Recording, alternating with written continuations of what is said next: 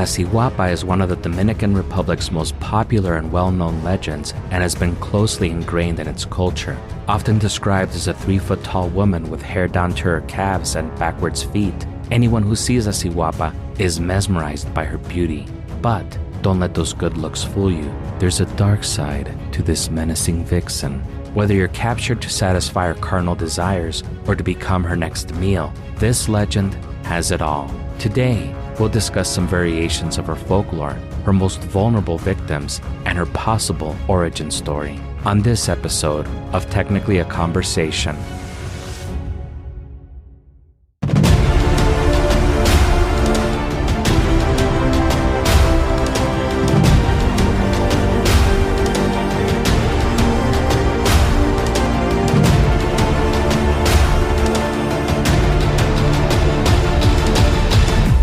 Greetings! You're listening to Technically a Conversation, a podcast where we share an interesting topic or story with each other and hope you find it interesting as well. I'm one half of your host, Jose, and I'm joined today by my lovely co-host, Isela. How are you doing today? Doing pretty fabulous. How are you doing? Doing great. How has your week been so far? It's been so nice at work. They're feeding us every day, so I'm feeling like super pig because I usually don't eat a whole lot.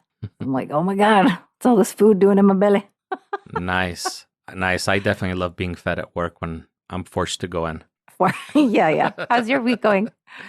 Good. I found some time to be lazy amongst editing and researching.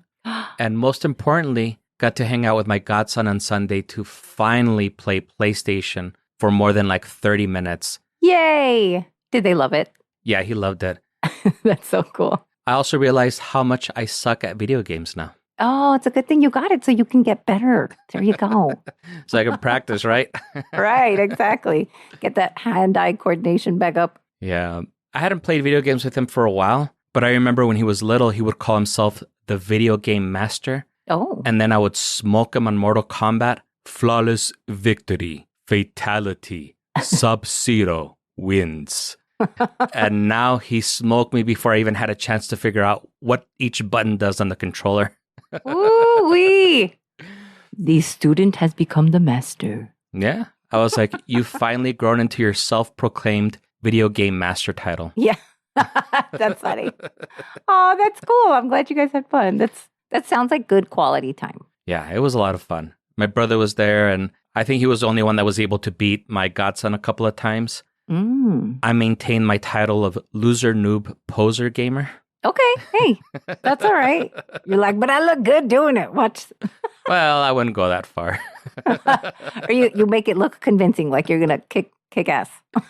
I just do a lot of button mashing usually. Yeah, that's what it's really about. That's what I think. Yeah. What about you? Did you do any gaming this weekend? Yeah, I like mine to look like the little wavy tube that just kind of does these little flappy arm things.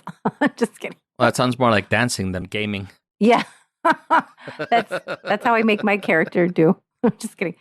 No, I don't do much gaming. That's really more so my daughter's department. And even then, she has the Switch. So we have like a limited amount of games. But I mean, they're fun. She created a profile for me for Animal Crossing. But it's like work. I mean, you're going and you're working every day. I'm like, how is this a refuge from my actual life?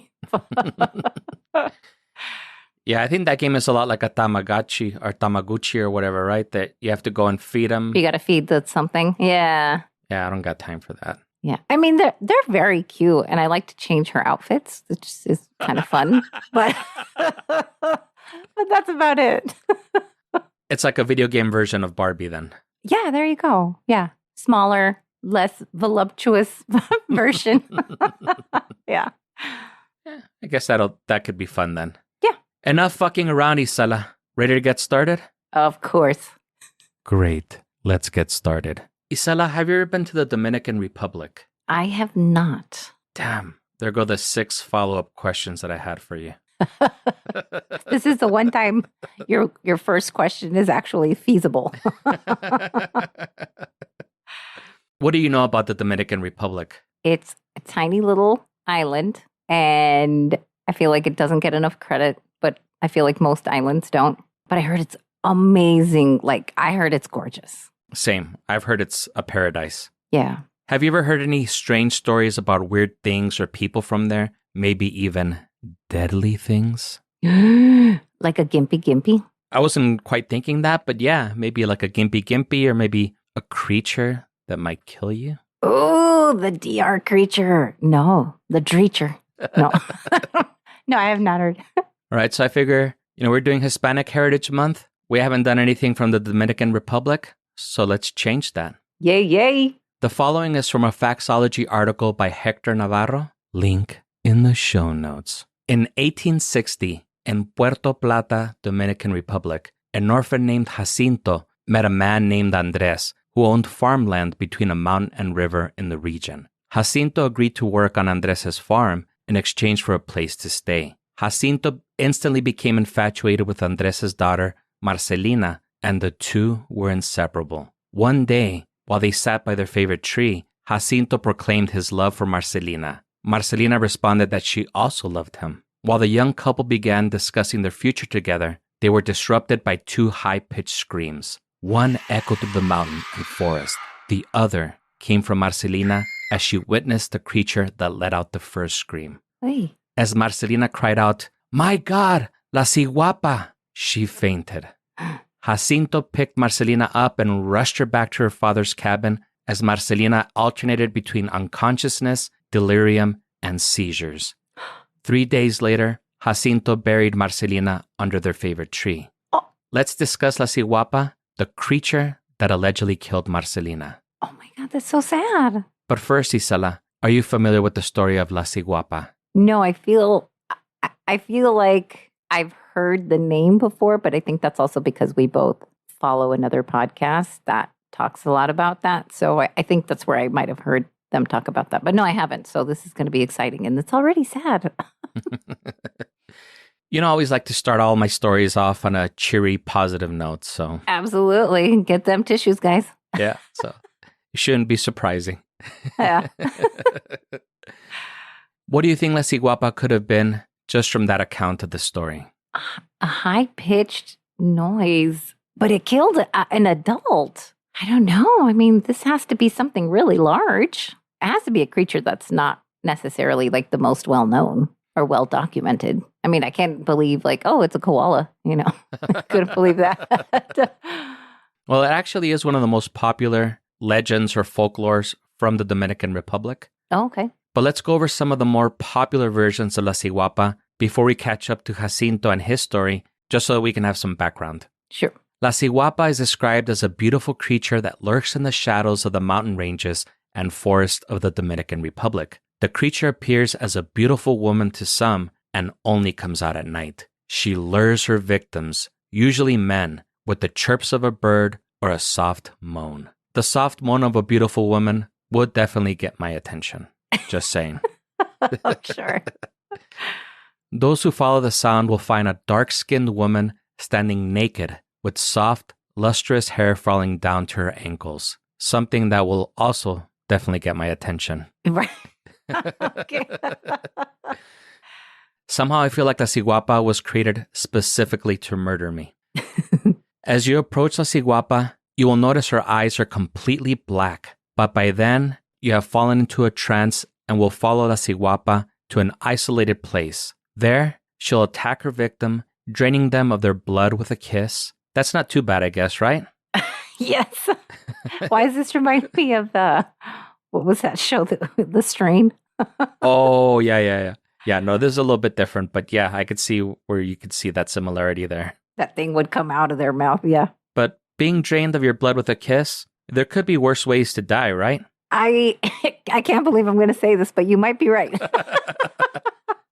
Well, if she doesn't kill you like that, she will kill them and eat their bodies over a period of weeks. She's a Black Widow? Kinda, yeah. All right. And I don't really like that second part too much. I would imagine. How would you prefer La Ciguapa murder you? I mean, quick and painless, really. That's all I'm saying. It's just quick and painless. I just don't kiss me. I'm okay with that part. I bet you didn't think that I was going to ask you that question today, right? No. How would you prefer La Ciguapa murder you, Isela? It's a very never have I ever been asked that. Yes. May I take your order, please? Right.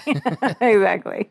Now, the crazy part is if anyone notices a missing person and tries to find them, they'll be confused, as the Ciguapa's most defining feature, aside from her small stature and black eyes, and just the fact that she's standing around naked, are her feet, which are backwards. Oh, yes. Okay. So people searching for the missing person will go in the opposite direction, ensuring that she's never found. Most of the descriptions usually mention the missing person being a man, but it's the 90s, baby. I thought La Ciguapa is that suburban still, or even worse, a militant conservative. So Yeah. equal opportunity, right? Right. That's funny. There are other versions of La Ciguapa, and some variations La Ciguapa will lead men to her cave where she makes love to them first before killing and eating them. Okay. Like a mercy killing. Yeah, I personally feel like that would be the most baller way to go. If I was going to be murdered and eaten, that would be the way that I would want to go. You want to bust a nut before you go. Sure. All right. That's the para to go for you on that one, on that order. If you're going to go happy, right? Okay. Yeah. Other variations say that she takes the men up to the tree where she spends most of her time and kills them there, returning to the tree to eat their flesh when she's hungry or needs a little snack or fourth meal. Hey. Those two last accounts are arousingly violent, don't you think? I don't know about arousing, but they're definitely violent. I mean, I guess like once you're dead, I mean, whatever she's going to do to your body, it doesn't matter, right? You're dead. Yeah, you're dead. Yeah. But just to be thought of like beef jerky for someone else, that's the part that's, I don't know how well that sits. Yeah, maybe if she eats you over the course of a few days, I'm sure your body will start to dehydrate and will be kind of chewy like a beef jerky also. Yeah, exactly. Peppered, right? Kippered. Yeah.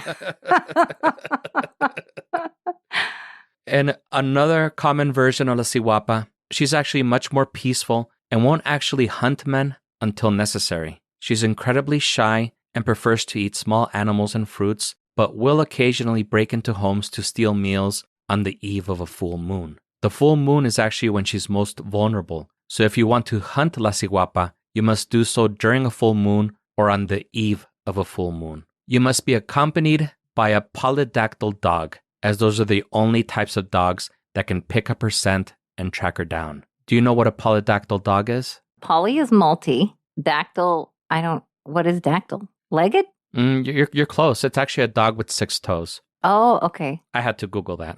Okay. No, hey, I was trying to sound it. Okay.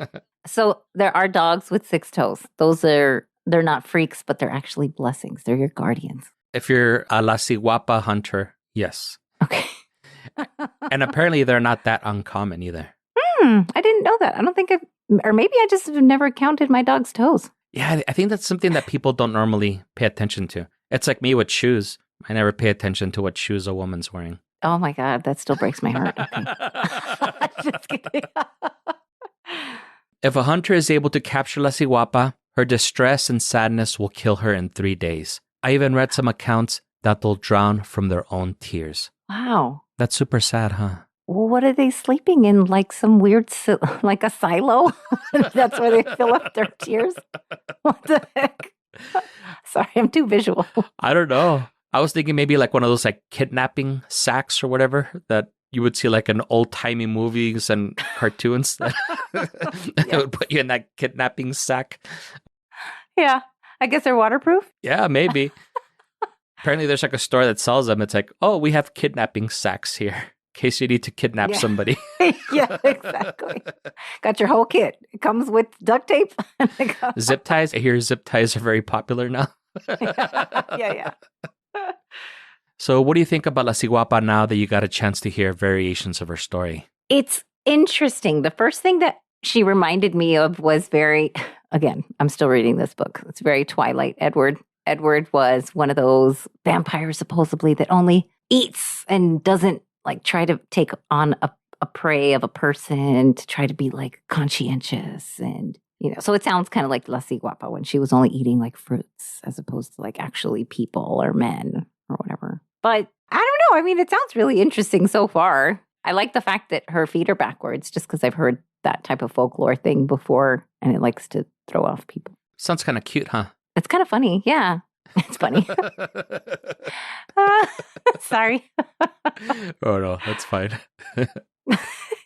Paranormal Catalog gives a couple of different variations of La Ciguapa, and while the details about her hair and feet remain the same, one describes her as being a feral woman, while another describes her as being a demon. The demon version apparently dwells within deep caves as opposed to trees like the other variations that we've discussed, and will entice lonely men with her irresistible beauty and sensuality. Once she gets you in her hypnotic gaze, the victim is led back to her cave, where she will either devour them down to the bone or trap them forever to satisfy her carnal desires. Oh, wow. But she takes on many of these lovers. So it could be you and like a harem of men.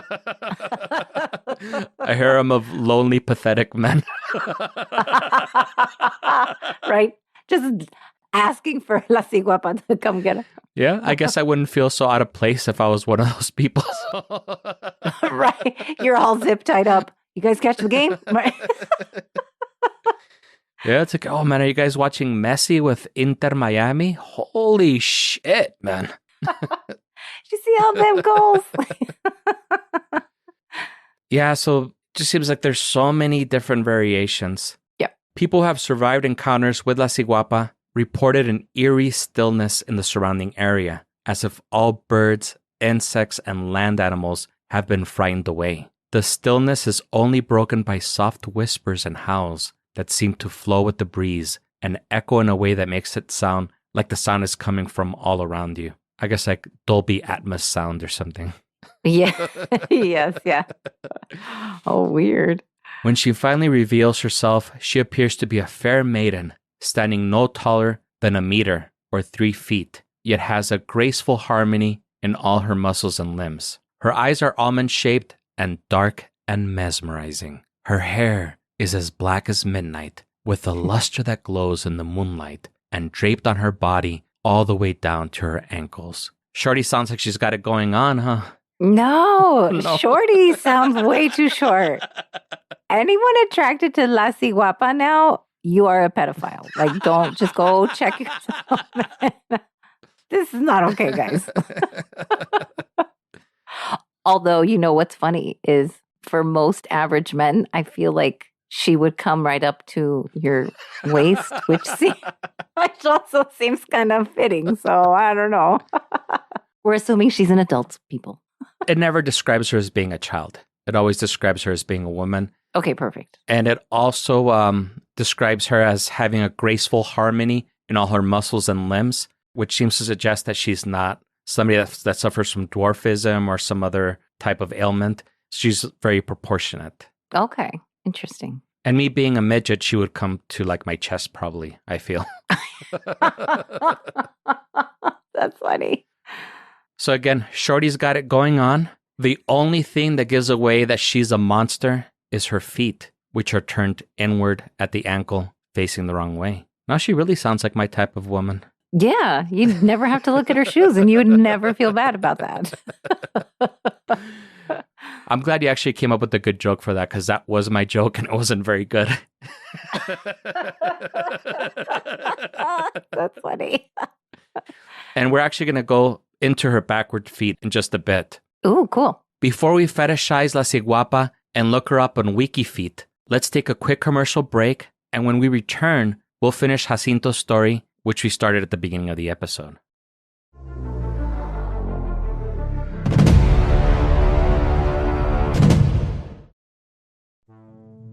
Hey there, spooky people. Hi, Jonathan. Hi, Heaven. What are we going to talk about this time? The same thing we always talk about, something paranormal. Welcome to our little plot of the graveyard we call the Opa Ghost Podcast. We're a couple of ghost hunters who met on an investigation. Here we are 4 years later with our very own podcast, where we share our paranormal experiences and investigations. We cover topics like the Enfield poltergeist and shadow people, and some places you may not have heard of, like the haunted bunghole liquors. Look it up. Safe search on. Don't think we've forgotten about cryptids. From thunderbirds to bat squatch, we've got it covered. We have a lot planned for spooky season. Start with a visit to Salem and come along as we check out real haunted houses. Follow us on Apple, Spotify, or wherever you listen to podcasts. Enjoy spooky season. Toodles. Just what is it that makes the perfect outfit? Something thrown together, yet effortlessly cool. Something with a certain je ne sais quoi that makes people in the street look twice, even thrice. Something chic that helps its wearer to radiate confidence and captures the essence of a moment or a place in time while being simultaneously timeless. And yet, the history of fashion is far from being all glamour and glitz. Hello, I'm Felicia Yao, host of History Unhemmed, a podcast that looks inside fashion history's finished exterior. We'll discuss topics from haunted wedding dresses to rhinestone cowboys to why, when he stuck a feather in his cap, he called it macaroni. History Unhemmed is available on Spotify, Apple Podcasts, Stitcher, and wherever else you get your shows. New episodes come out every other week, so be sure to tune in and subscribe today.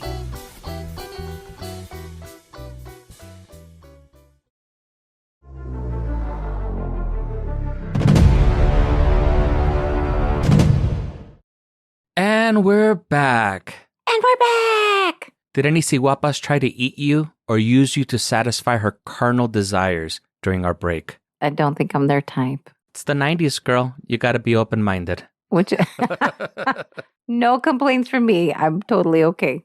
Before our break, I teased that we would talk about La Ciguapa's feet a little more. And all jokes about foot fetishes aside, backwards feet aren't unique to Dominican folklore. In Hindu mythology, boots and churels are male and female ghosts, respectively, that can assume human form and are only identifiable by their backward-facing feet. The aswang, our old friend from the Philippines, which we did an episode about back in January of this year, also had backwards-facing feet. Yeah. So if you're into vampiric creatures and CIA conspiracies that actually turned out to be true, you'll enjoy that episode. So I recommend you check it out if you haven't already. Remember that episode, Isela? I do. I do remember that one. The curupira of Brazilian folklore also has backwards feet. The curupira is like the environmentalist demon or entity, as it protects its habitat from anyone who wishes to damage it, like hunters and woodcutters. It has a scary whistle that has the ability to stun people. With the combination of its backwards feet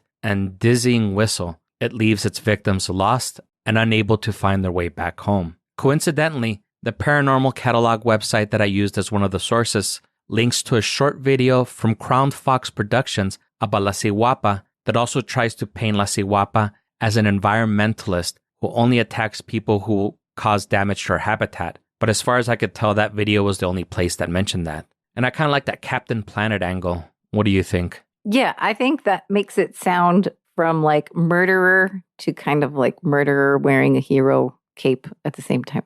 Yeah, a green murderer. Yeah, exactly. India and Pakistan also have a creature similar to La Ciguapa known as Bichal Peri. Bichal Peri is a demonic figure that impersonates and disguises herself as a beautiful bride who lures men to their death. Bichal Peri roughly translates to back-footed, as she also has her feet pointed backwards. The Bichal Peri is said to transform into a 20-foot-tall demonic witch and is blamed by the elders whenever a local or tourist goes missing in the woods or mountains. There is a less murdery version of Bichal Peri that stays in the beautiful bride disguise and asks men for help, but as soon as anyone sees her feet, she disappears without causing harm. She can be summoned by shouting Bichal Peri while being close to the woods. And I don't know, I feel like these, a lot of these folklore, maybe they're made to kind of discourage unfaithful men or something. Yeah, they all seem to have this through line of either don't wrong your wife or your other half, or don't wrong the forest. Like there's some good lessons to be learned here. I'm not, totally against it. Yeah.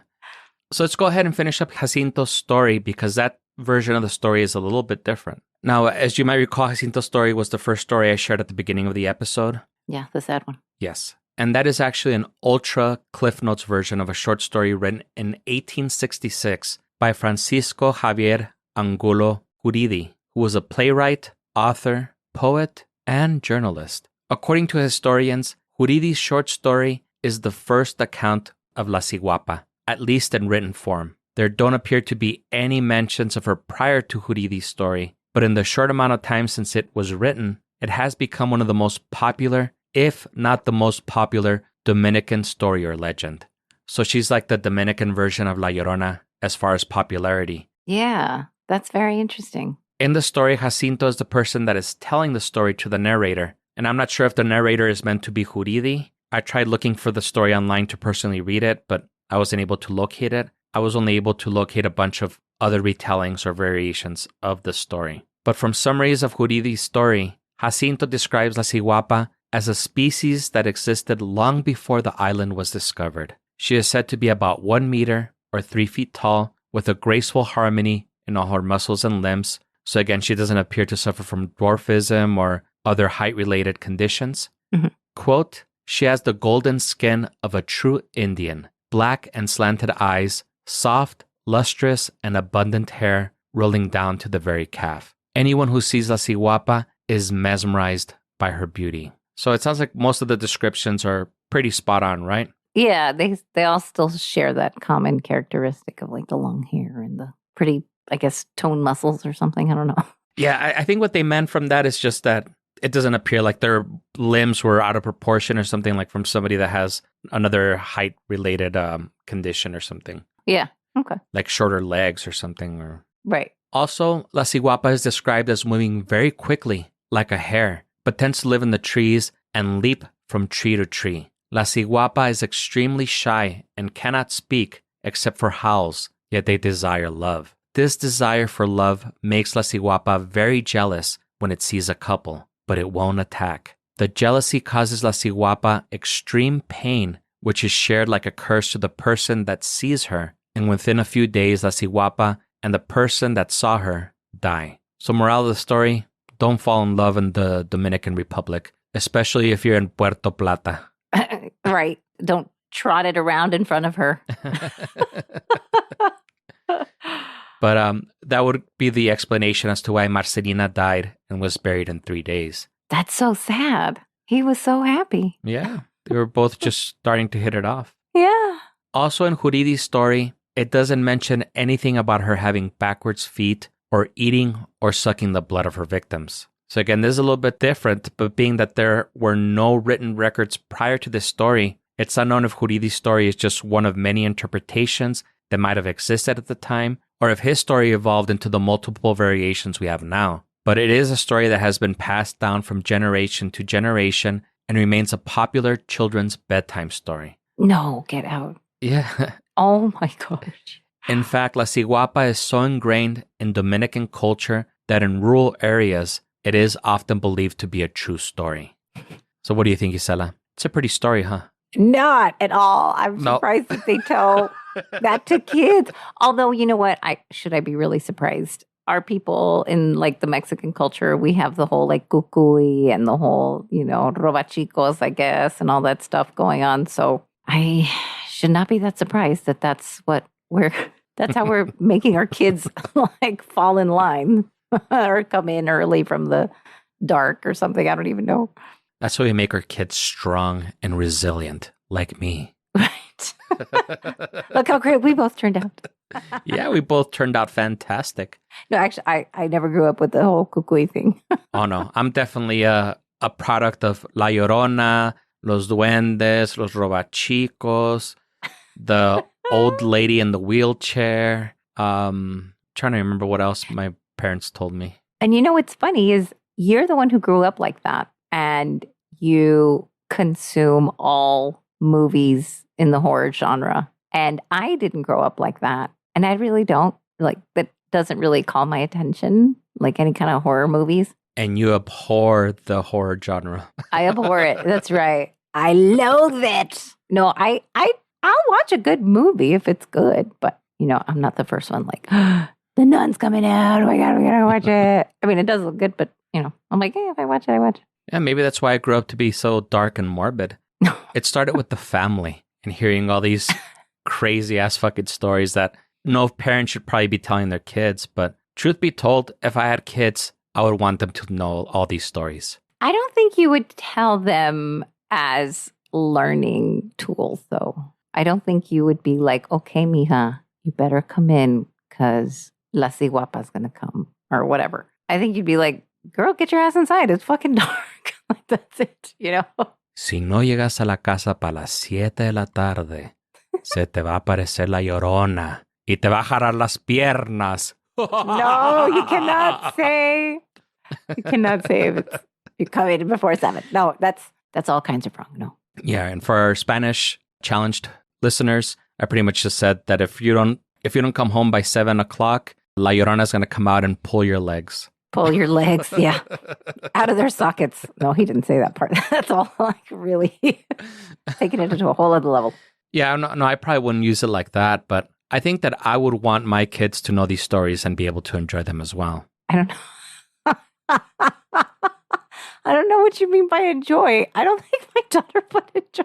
I don't know. I enjoy them, especially now as an adult. I love to hear them as an adult for sure. But I think when you tell your kids that, I think they have to be above a certain age until they actually can really get a full appreciation for it. I like it because I like the whole, I like seeing the through lines of like, well, this probably began because they were actually trying to deter people from doing some kind of action, whether it's acting a fool, stepping outside on their wife, cutting down trees, you know what I mean? So kids aren't going to put that shit together. So that's why I think they have to be over a certain age until they can really appreciate these cool folklores, folk stories. But at the same time, if you don't want your kids to go out into the woods by themselves, because let's face it, there are a lot of things that can harm them there. Just tell them, just don't go too far into there because La Ciguapa can come out and they'll kiss and suck your blood out or whatever.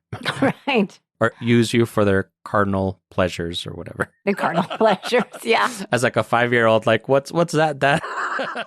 I know, exactly. The little kids like, ew, cooties.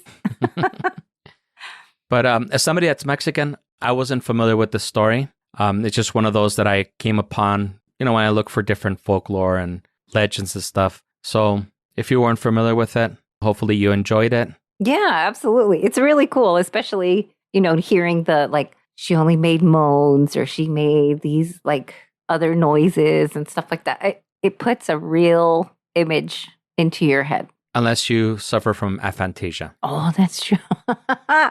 Which we also did an episode about. Look at all of these shameless plugs. Boom, boom, boom. And if you have no idea what aphantasia is, go listen to the episode that we did about it. Definitely. Since Isela said shameless plugs, we hope that you enjoy the show and you join us again next week. If you're enjoying the show, leave us a review, tell a friend, and subscribe wherever fine podcasts are sold. Yeah. Follow us on the socials at GreetingsTAC, email us at greetingstac@gmail.com, or leave us a voicemail at 915-317-6669. If you have a story of La Ciguapa to share with us. We definitely want to hear that one. Isela is especially curious about being used to satisfy the carnal desires. Maybe not that much, not so much that part.